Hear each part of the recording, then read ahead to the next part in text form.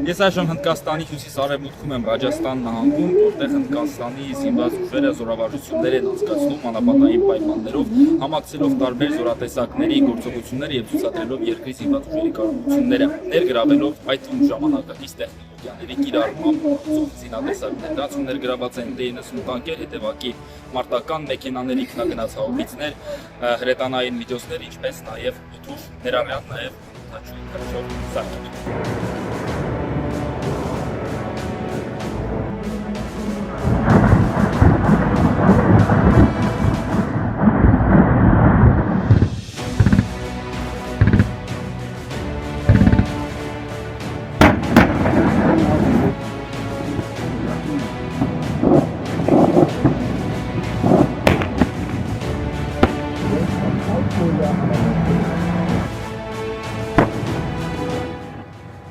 Մենք Պակիստանի այդ սահմանից մոտավորապես 100-ից 150 կիլոմետր հեռավորության վրա ենք այժմ գտնվում։ Այս զորավարժություններում ներգրաված են ինչպես հնդկական հարվածային ուղղաթիռներ, այնպես էլ կործանիչներ ու ռմբակոծիչներ, մասնավորապես ռուսական արտադրության Su-30 կործանիչներ, MiG-29 կործանիչներ, ֆրանսիական արտադրության Ռաֆայելներ, Միրաժներ, ինչպես նաև հենց հնդկական հայրենական արտադրության ուղղաթիռներ ու կործանիչներ։ Հնդկաստանի ռազմաօդային ուժերը ամիսներ առաջ Պակիստանի տեղի ունեցած ռազմական գործողություններին ակտիվ մասնակցություն են ունեցել եւ առանցքային դեր խաղացել երկրի մի շարք ռազմական թիրախներ խոցելու հարցում։ Ընդ որում պակիստանյան թիրախները խոցվել են ոչ միայն Հնդկաստանի հետ սահմանային հարակից գոտում, այլև մի քանի տասնյակ կիլոմետր դեպի խոր կանգնած հատվածում Սինդուր գործողության ժամանակ։ Հնդկաստանի պաշտպանական դոկտրինը ենթադրում է, որ խաղաղ պայմաններում կամ ոչ պատերազմ, ոչ խաղաղություն պայմաններում երկրի, այդ թվում ռազմաօդային ուժերի կարողությունների ցուցադրումը դիվանագիտական զսպման նշանակություն ունի։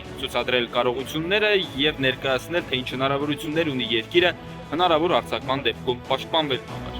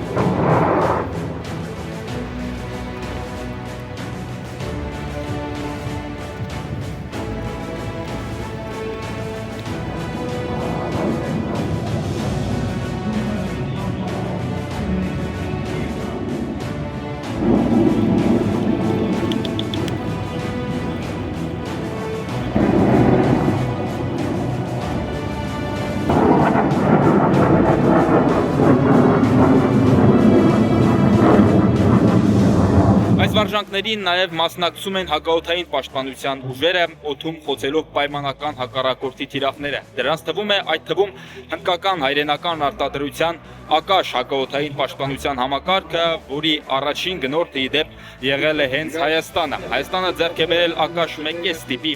համակարգը, որի հրթիռի խոցման կրակային հեռավորությունը մոտավորապես 30 կիլոմետր է կազմում, սակայն այժմ Հնդկաստանը կատարելագործում է այդ համակարգը եւ ըստ բաց աղբյուրներում եղած տեղեկատվության դրա կրակային հեռահարությունը կարող է հասնել ընդհանուր 70 կիլոմետրի։